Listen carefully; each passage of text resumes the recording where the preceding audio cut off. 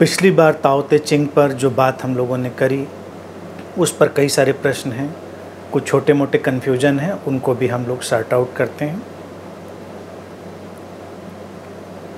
मीना श्रीवास्तव ने लिखा है, प्रणाम अनंत श्री जी, आपने बताया कि धरती और आकाश सदैव देते हैं, परंतु हम मनुष्यों को दूसरों को देने के लिए प्रयास करना पड़ता है। कृपया इस पर कुछ कहें। देखिए, जब लाओ त्से कहते हैं कि धरती और आकाश उनका सहज स्वभाव है देना, तो ये एक अस्तित्वगत व्यवस्था की बात है। अस्तित्वगत व्यवस्था में धरती और आकाश यानी कि ये जो पूरा जगत है हमारे आसपास का, वो इसी तरह से डिज़ाइंड है। मनुष्य कई तलों पर डिज़ाइंड है। मनुष्य यूँ देखा जाए तो अस्तित्व की ही एक प्रतिलिपि है, अस्तित्व का ही एक रूप है, लेकिन जो उसका डिज़ाइन है वो इतना सीधा सीधा नहीं है। अगर हम उसको बिल्कुल प्राकृतिक रूप से देखें, बिल्कुल नेचुरल ढंग से देखें मनुष्य को, तो मनुष्य से भी सब कुछ बंटता है। वो चाहे ना चाहे, तुम क्रोध में हो तुमसे क्रोध बटेगा, तुम प्रेम में हो तुमसे प्रेम बटेगा, तुम शांत हो तुमसे शांति बटेगी। तुम जैसे भी होगे, तुम्हारा अंतरतम जैसा भी होगा, तुमसे वो बंटने लगेगा। यानी कि तुम रोक नहीं सकते उसको। तुम नकारात्मकता से भरे हो, वही बटेगी। तुम सकारात्मकता से भरे हो, शुभता से भरे हो, तो वही बटेगी। इस अर्थ में हम बिल्कुल प्राकृतिक हैं, नेचुरल है। लेकिन जो हमको अड़चन आती है वो आती है कि जब हम वस्तुओं को बांटने की बात करते हैं, हम पदार्थ को बांटने की बात करते हैं, तब लगता है कि हमको सोचना पड़ता है, हम रोकते हैं, हम उतनी तरह सहज नहीं हो पाते। अब मनुष्य के भीतर देखिए, मनुष्य शब्द ही बना इसलिए क्योंकि उसके भीतर एक मन की घटना आई, मन सक्रिय हुआ। तो मन में कई किस्म की चीज़ें पड़ती हैं, पदार्थ को लेकर, संसार को लेकर। अब अगर हम पदार्थ या धन को बांटने की बात करें तो सबसे पहले हमारे पास होना चाहिए। इसीलिए मन में ये क्षमता अस्तित्व ने दी है कि हम उसको पकड़ पाएं। हमारे मन में अस्तित्व ने जो क्षमता दी है वो ये दी है कि हम पदार्थ या धन के ऊपर पहले तो एक पकड़ बना पाएँ, और जब पकड़ बना पाएंगे तब उसको छोड़ भी पाएंगे। यानी कि अगर कुछ हम पकड़ेंगे नहीं तो उसको विस्तार भी नहीं दे पाएंगे। अब धरती में देखिए एक वृक्ष उगता है, वृक्ष भी अपनी जड़ें ज़मीन में डालता है, ज़मीन को पकड़ता है।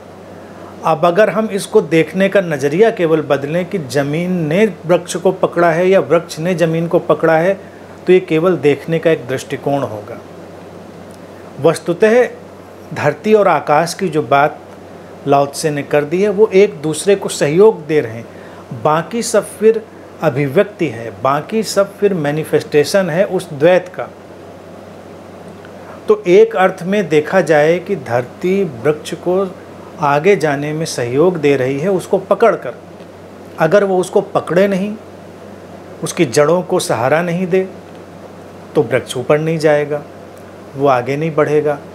तो इसी तरह से जो मनुष्य को अड़चन जान पड़ती है कि हम नहीं उस तरह से बांट पाते सहज, हम उस तरह से सहजता से नहीं दे पाते, तो पहली चीज़ होना। जो आप देना चाहते हैं उसको पहले पाएं। जब वो आपके पास होगा तो आपको समझ भी आएगी कि जो आप बांटते हैं वो बढ़ता है, जो आप नहीं बांटते हैं वो नष्ट हो जाता है, ख़त्म हो जाता है। और अगर धन की ही बात क्यों न करी जाए तो धन का उपयोग क्या है? धन का उपयोग उसके प्रवाह में है। मनुष्य के पास फिर वही बात कहेंगे कि एक बुद्धि और विवेक भी अस्तित्व ने दिया है, तो धन का वो कितना सृजनात्मक उपयोग करेगा, ये भी बात मायने रखती है। तो आप उसको बांटेंगे तो कहाँ बांटेंगे और वो किस रूप में काम आएगा, ये विवेक भी मनुष्य को प्रकृति ने ही दिया है। इसलिए इसमें कोई बाधा नहीं है। धन के लिए देखिए इंग्लिश में शब्द उपयोग करते हैं करेंसी। करेंसी शब्द बना है करेंट से, करेंट यानी धारा, प्रवाह। तो धन की जो स्वाभाविक अवस्था है वो करंट में, धारा में बने रहने की है, प्रवाह में बने रहने की। जो धन आप रोक कर बैठ जाते हैं वो धन बेकार हो जाता है। मान लीजिए आप अकाउंट में भी अपने बहुत सारा धन इकट्ठा करके बैठे हुए हैं, ना खुद उपयोग करते हैं ना किसी और को करने देते हैं, बेकार है, आपके लिए तो बिल्कुल बेकार है। कई लोग तो पूरी ज़िंदगी ऐसे बिता लेते हैं कि धन का अंबार लगाते हैं, खुद दुनिया से विदा ले लेते हैं, फिर उनके पीछे पीढ़ी आती है, वो या तो सदुपयोग करती है दुरुपयोग करती है। परंपरा पर अगर चल पड़ी, उसने भी बचा के रखा, तो इस तरह से वो चलता जाता है। और फिर किसी दिन कोई सत्ता व्यवस्था उसने उस धन को चलन से बाहर कर दिया तो वो धन बिल्कुल कूड़ा हो जाता है। तो वस्तुतः धन तभी तक तुम्हारे काम का था जब वो एक प्रवाह में था।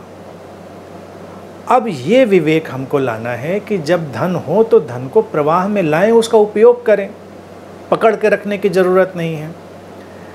जीवन सुविधापूर्ण बनेगा, क्योंकि वृक्ष पकड़ के नहीं रखते, नदियाँ पकड़ के नहीं, कोई भी अपनी जो संपदा है उसको पकड़ के नहीं रखता, इसीलिए वो समृद्ध होते हैं।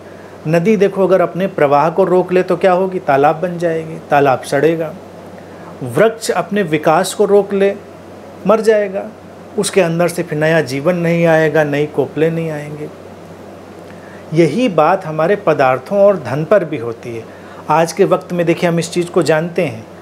पहले के वक्त में लोगों को होता था एक चीज़ ले आओ बड़ी मजबूत और उसको इस्तेमाल करो जीवन पर्यंत। तो पहले बनती भी ऐसी चीज़ें थीं, जूते चप्पल ऐसे बनते थे, 10-10 साल 20-20 साल चल जाते थे। आजकल तो डिज़ाइन ही ऐसा होता है कि वो एक टाइम पर ख़राबी होना होता है। कोई आप उपकरण ले आइए तो आपके घर में दादी नानी के टाइम का उपकरण भी मिल जाएगा कि ये इतना मजबूत था, देखिए तब भी चलता था, आज भी चल रहा है। तो ठीक है, चल रहा है, लेकिन फिर आप उससे आगे नहीं गए, उससे आप और विकसित नहीं हो पाए। यानी कि जीवन में तो बहुत पदार्थ भी था, उसका भी हम उपयोग कर सकते थे, लेकिन हम अगर उसको पकड़ कर बैठ जाएंगे, उसको प्रवाह में नहीं रखेंगे, तो हम अटक के रह जाएंगे।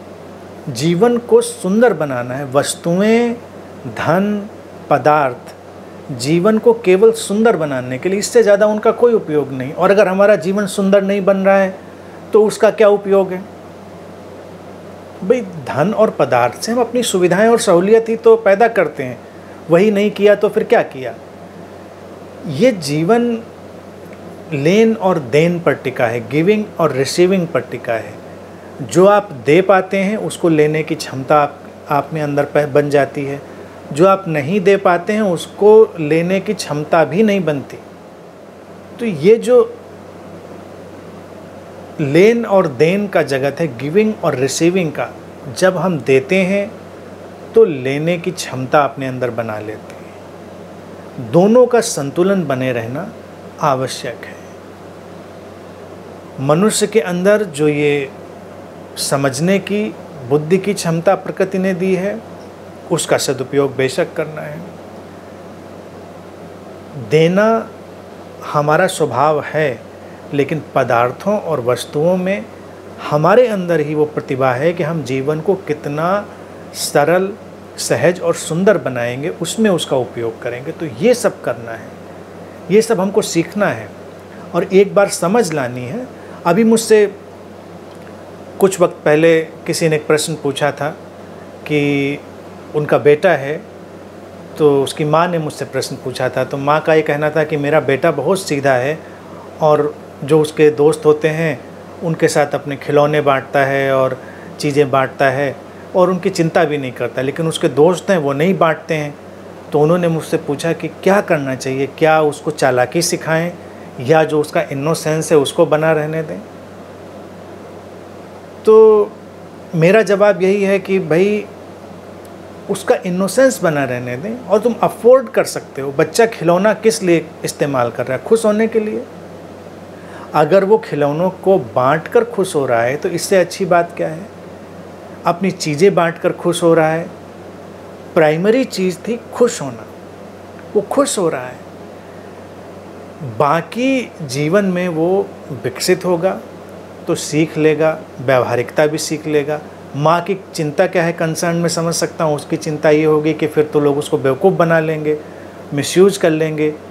ऐसा नहीं होता है, ऐसा बिल्कुल भी नहीं होता है।